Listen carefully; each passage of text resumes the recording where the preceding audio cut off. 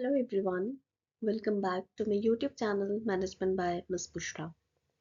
In the last lecture, we discussed about the Henry Fayol's management principles, and in today's lecture, we are going to discuss the bureaucratic management theory by Max Weber, which is very important for your paper 2 management code 17 in DUGC NET JRF exams. And if you are pursuing any MBA BBA course, then in the management subject this theory is again very important. So let us start with the video. सो जब हम bureaucratic management theory of max वीबर की बात करते हैं तो सबसे पहले हम मैक्स वीबर कौन थे, let us discuss. So max वीबर was a German sociologist जिन्होंने ब्यूरोक्रेटिक मैनेजमेंट थ्योरी दी है. एंड ये थ्योरी बेसिकली फोकसेस करती है कि एक ऑर्गेनाइजेशन की एफिशिएंसी, रैशनैलिटी, प्रिडिक्टेबिलिटी को हम कैसे इम्प्रूव कर सके. Alright, so according to Weber, bureaucracy is the most rational form of organization for large scale administration. तो वीबर ने कहा कि ऑर्गेनाइजेशन, स्पेशली जब हम लार्ज स्केल ऑर्गेनाइजेशंस की बात करते हैं तो उनको रन करने के लिए, ऑपरेट करने के लिए ब्यूरोक्रेसी सबसे बेस्ट मीडियम है, सबसे बेस्ट तरीका है एक ऑर्गेनाइजेशन, स्पेशली लार्ज स्केल के ऑर्गेनाइजेशन को चलाने के लिए. तो सबसे पहले ब्यूरोक्रेसी होता क्या है. ब्यूरोक्रेसी को अगर इस टर्म को अगर हम ब्रेक करें तो ब्यूरो मीन्स ऑफिस और क्रेसी मीन्स रूल. तो मतलब आप एक ऑर्गेनाइजेशन को कैसे रूल करोगे, थ्रू ऑफिसेस. और ऑफिसेस से यहाँ पे मतलब है ऑफिस की तरह सेटअप करके, means there will be lot of rules, regulations, policies, everything will be very formal, very strict. तो एक ऑर्गेनाइजेशन को जब आप hard and fast rules, regulations, policies, procedures, system, एक फॉर्मल सेटअप से बहुत ही स्ट्रिक्ट तरीके से चलाते हैं तो ऐसे सिस्टम को हम बोलते हैं ब्यूरोक्रेसी. ऑलराइट, तो bureaucracy means rule through offices which is based on rational legal authority. ठीक है. Now let us discuss the objectives of bureaucratic theory. तो इस bureaucratic theory के objectives थे सबसे पहले to ensure efficiency. तो bureaucratic theory जो मैक्स वीबर ने दी है उसमें उन्होंने कहा कि ये थ्योरी का one of the main objective है कि हम एक ऑर्गेनाइजेशन की एफिशिएंसी को कैसे इंश्योर करें, कैसे उसे और इंक्रीज करें. उसके लिए आपको एक ऑर्गेनाइजेशन में ब्यूरोक्रेटिक सिस्टम सबसे अच्छा रहेगा. ठीक है. सेकेंड आता है डिसिप्लिन को मेंटेन करने के लिए. Third objective is to eliminate personal bias, means लोग कई बार फेवरेटिज्म करते हैं, पर्सनल बायसनेस करते हैं ऑर्गेनाइजेशन में. तो ये सारी चीज़ों को रिमूव करने के लिए हम ब्यूरोक्रेसी को लाना चाह रहे थे वीबर, या उन्होंने कहा कि it is one of the best medium, ये सारी चीज़ें इससे होंगी. To standardise operations and to promote predictable. Now let us discuss the features or the principles of bureaucratic management theory. So the very first feature is division of labor. तो bureaucratic management theory में division of labour से मतलब है आपका जो भी work है it is divided into specialised task. Means आपने काम को स्पेशलाइजेशन के बेसिस पे सेम नेचर या सेम स्पेशलाइजेशन ऑफ टास्क, जो भी स्पेशलाइज्ड टास्क हैं उसके बेसिस पे आपने काम को इस तरीके से डिवाइड करके रखा है और लोगों को भी उसी बेसिस पे काम दिया है. Means for example if someone is from human resource department, if the work is from related to managing human resource, so वो काम एक सेपरेट डिपार्टमेंट को दे दिया और क्रिएट किया, दैट इज ह्यूमन रिसोर्स. जितने भी ऑर्गेनाइजेशन में अकाउंट्स फाइनेंस रिलेटेड जो वर्क है वो हमने उसके लिए जो हायर किए लोग वो इसी फील्ड से रिलेटेड थे, एंड उसके लिए हमने एक अलग डिपार्टमेंट क्रिएट किया, लेट्स से फाइनेंस डिपार्टमेंट और अकाउंट्स डिपार्टमेंट. तो वो उनको हैंडल करेगा. तो इस तरीके से स्पेशलाइज्ड टास्क के बेसिस पे जब हम काम को डिवाइड करते हैं तो that is known as division of labour. और ब्यूरोक्रेटिक मैनेजमेंट थ्योरी कहता है there has to be a division of labour as per the bureaucracy. और इससे होता क्या है कि हमारे ऑर्गेनाइजेशन में एफिशिएंसी इंक्रीज होती है, एक्सपर्टीज इंक्रीज होती है. For example I am from HR, I am expert in HR, and मेरा जो भी नॉलेज है, जो भी एक क्वालिफिकेशन है, जो भी एक्सपीरियंस है, जो भी एक्सपर्टीज़ है वो HR फील्ड में है. और ऑर्गेनाइजेशन में ने भी क्या किया, इसी फील्ड से रिलेटेड जितने भी वर्क और टास्क थे वो ऐसे ही लोगों को उन्होंने अलॉट किए जो बिलोंग करते थे इस फील्ड को। तो क्या होगा, मेरी भी नॉलेज, एफिशिएंसी और एक्सपर्टीज इसी फील्ड में बढ़ेगी और ऑर्गेनाइजेशन को भी इससे फ़ायदा होगा, क्योंकि वही लोग इस चीज़ पे काम कर रहे हैं जिनको इस चीज़ की एक्सपर्टीज है। So that is division of labour. Second आता है hierarchy of authority. Hierarchy of authority का मतलब है कि clear chain of command. Means you know एक लो लेवल पे पर्सन होगा, उसके ऊपर कोई होगा, देन उसके ऊपर भी कोई होगा।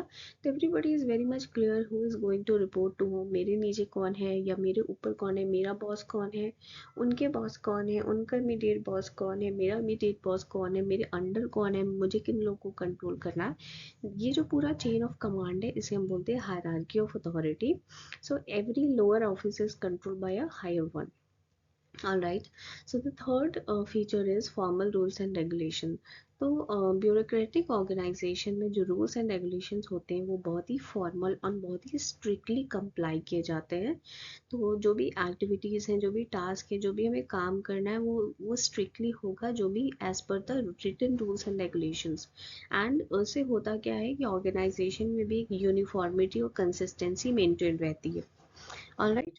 सो नेक्स्ट जो फीचर आता है दैट इज इम्पर्सनैलिटी। इम्पर्सनैलिटी का मतलब क्या हो गया, जहाँ पे हम बाइसनेस या फेवरेटिज्म बिल्कुल नहीं कर रहे हैं। जो भी डिसीजंस हो रहे हैं they are strictly made without any favouritism और विदाउट एनी इमोशंस। जो काम है, जो जैसी चीज़ें हैं उसके अकॉर्डिंगली जब हम डिसीजन लेते हैं, that is impersonality. And everybody is treated very much equally. All right. So the next feature is merit based selection and placement. Merit based selection and placement से मतलब है जो भी हम रिक्रूटमेंट और सिलेक्शन कर रहे हैं वो स्ट्रिक्टली मेरिट बेस्ड है, काम के बेसिस पे है, टेक्निकल एजुकेशनल क्वालिफिकेशंस के बेसिस पे है, ना कि किसी और बेसिस पे। मीन्स अगर किसी कोई पर्सन अच्छा लग गया, कोई किसी का जान पहचान का है, उसके बेसिस पे नहीं है। अगर मुझे एक पर्टिकुलर फील्ड का पर्सन चाहिए, तो अगर वो पर्सन स्ट्रिक्टली उसमें फिट होगा तभी हम उसका रिक्रूटमेंट और सिलेक्शन करेंगे। So that is merit based selection and promotion. Similarly promotion भी आपकी स्ट्रिक्टली परफॉर्मेंस, सीनियरिटी, एक्सपीरियंस के बेसिस पे होगा and no other thing will be entertained. Okay. Next feature is written documentation. तो जितने भी all the decisions, rules and communications are properly recorded in a written form.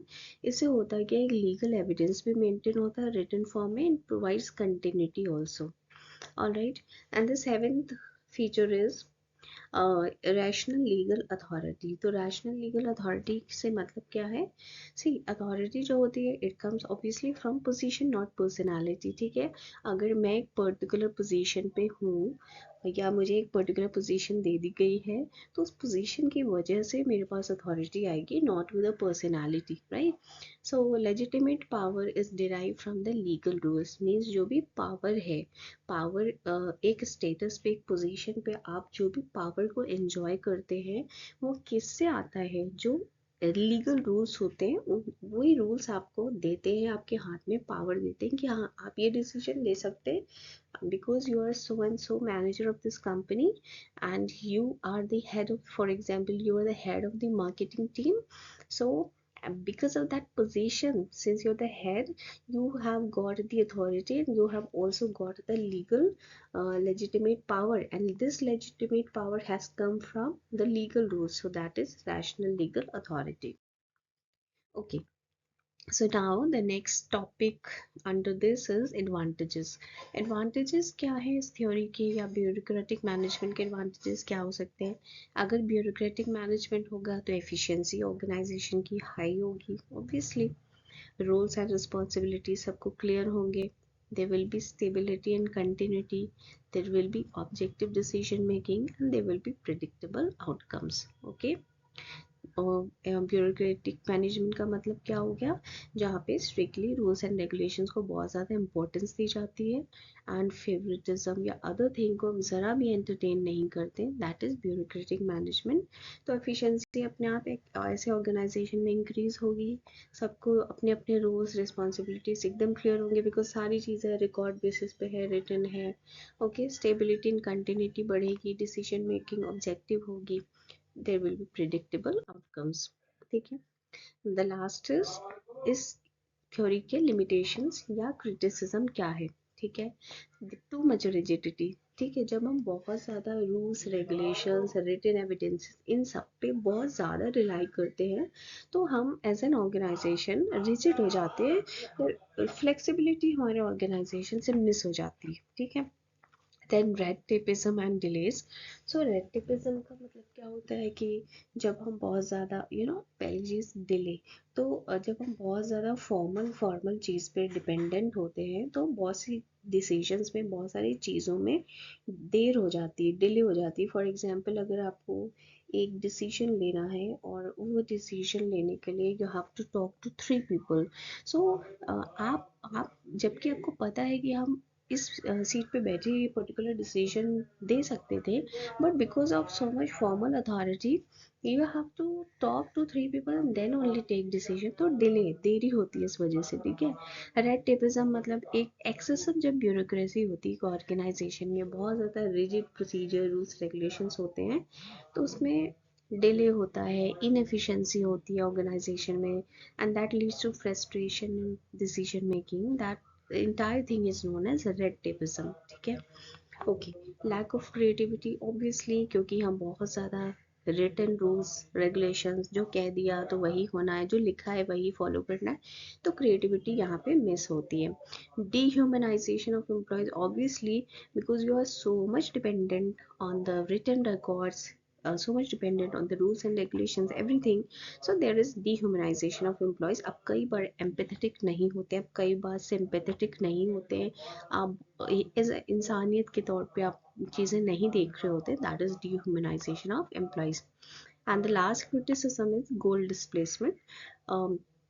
कई बार आप rules become so much more important than the objectives. आपके organisation के objectives जो है या इंडिविजुअल ऑब्जेक्टिव्स जो है या जनरल ऑब्जेक्टिव्स जो है, उससे कई बार हम भटक जा सकते हैं, डेविएट हो सकते हैं। क्यों? क्योंकि आप रूल्स रूल्स को फॉलो करना है, रिटन चीज़ को ही फॉलो करना है, रिटन एविडेंसेस में आप इतना ज़्यादा डिपेंडेंट हो जाते हैं कि आप गोल से थोड़ा सा डिस्प्लेस हो जाते हैं, डेविएट हो जाते हैं। So these are some of the criticism of bureaucratic management theory. I hope आपका लेक्चर समझ में आया होगा। If you have any doubt please post it in the comment section.